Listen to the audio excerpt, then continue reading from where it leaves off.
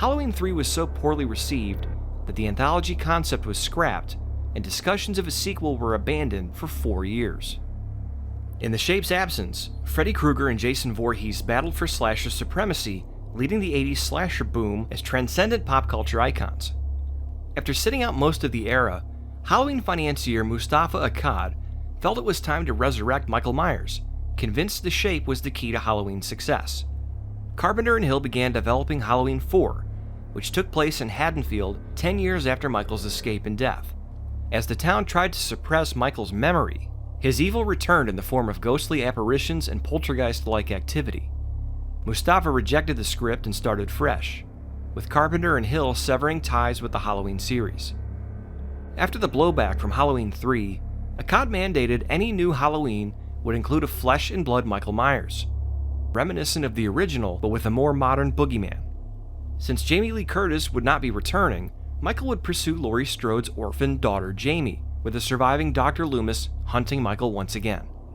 After a close encounter with the Shape, Jamie takes up the family tradition and attacks her foster mother, providing fresh options for the series to exploit. Halloween 4, The Return of Michael Myers, was a moderate success, earning $12 million at the box office on a more modest budget.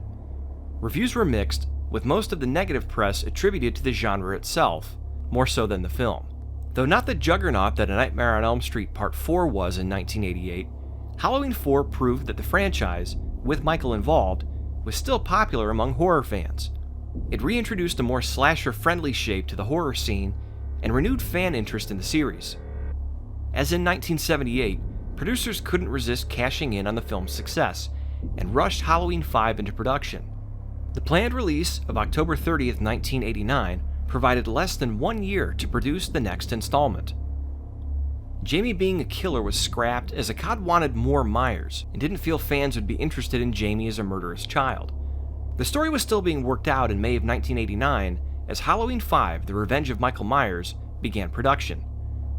Jamie had been in a children's hospital and rendered mute since the previous film's events. Michael had escaped and taken refuge with a hermit, hibernating for a year. When he awakens, Jamie has a telepathic link to Uncle Boogeyman and sees his murderous acts through his point of view.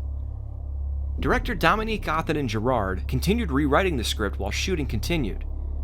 A man in black with unknown connections to Michael shows up with no real explanation.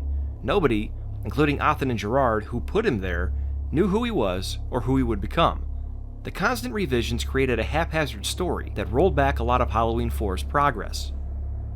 Halloween 5 received mostly negative reviews and underperformed expectations at the box office. It's widely considered one of the worst sequels in the series. While Athanan-Girard's ideas didn't gel well with the series, the failure of Halloween 5 lies mostly with Mustafa Akkad. The rushed production led to a chaotic environment that began unraveling the series Akkad worked so hard to champion. As the slasher decade came to a close, Akkad put future installments on hold to reevaluate the viability of the franchise, instead of rushing Halloween 6 into production as originally planned. Halloween 5 set up an unresolved plotline, but Akkad was reluctant to repeat the mistakes he'd made on the previous film. Mustafa Akkad let the rights to the Halloween series lapse back to the original rights holders. A bidding war took place between Miramax and New Line Cinema, who teamed up with John Carpenter for a potential Halloween installment. Miramax won the bid and moved forward with Halloween 6. Numerous scripts were pitched, but none satisfied the godfather of Halloween. One including a homeless Michael Myers was so bad, Akkad allegedly threw it across the room into a trash can. Then screenwriter and Halloween superfan Daniel Farrens presented a concept that tried to better connect the entire series by developing a much deeper origin story for the evil of Michael Myers. Jamie Lloyd and Michael's disappearances at the end of Halloween 5 would be tied to the Man in Black and a mysterious murder cult. Jamie gives birth to a baby, escapes, and Michael gives chase. Michael dispatches Jamie and can't find the baby. Now Michael, the cult, Tommy from Halloween 1, Dr. Loomis, and the Man in Black are all playing a murderous game of hide-and-seek. Michael's evil is tied to ancient witchcraft, and the cult plans to pass Michael's curse on to new children to continue their work. Behrens felt his action-packed, dark, and suspenseful story was bungled by Chappelle and producer Paul Freeman, who he claims didn't get his concept. With powers that be disagreeing over the production of the film, Farrens' story suffered the same fate as Halloween 5, A dozen rewrites, constant script changes, different endings, and a director refusing to shoot certain scenes led to a poorly executed film. When early screenings bombed, Miramax took over production and ordered extensive reshoots. Fucking Miramax. Donald Pleasance's death following principal photography further complicated this. With no Loomis available for reshoots and Joe Chappelle's rumored disdain for Pleasance's performance, much of Loomis's contribution to the story were cut from the film. This caused even more material to be shot, including a different ending. 45 minutes of additional footage were produced, resulting in a completely different film. Akkad filed an injunction against Miramax as parties clashed over which version should be released.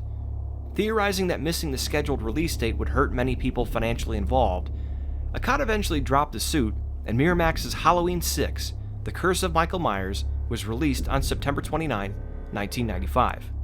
Halloween 6 did well at the box office, but was widely disliked by fans and critics. The slapped-together mess of disconnected events left the series without a solid direction. With the 20-year anniversary of John Carpenter's original on the horizon, a major player from Halloween's past was dissatisfied with where the series had gone and wanted to make a triumphant return.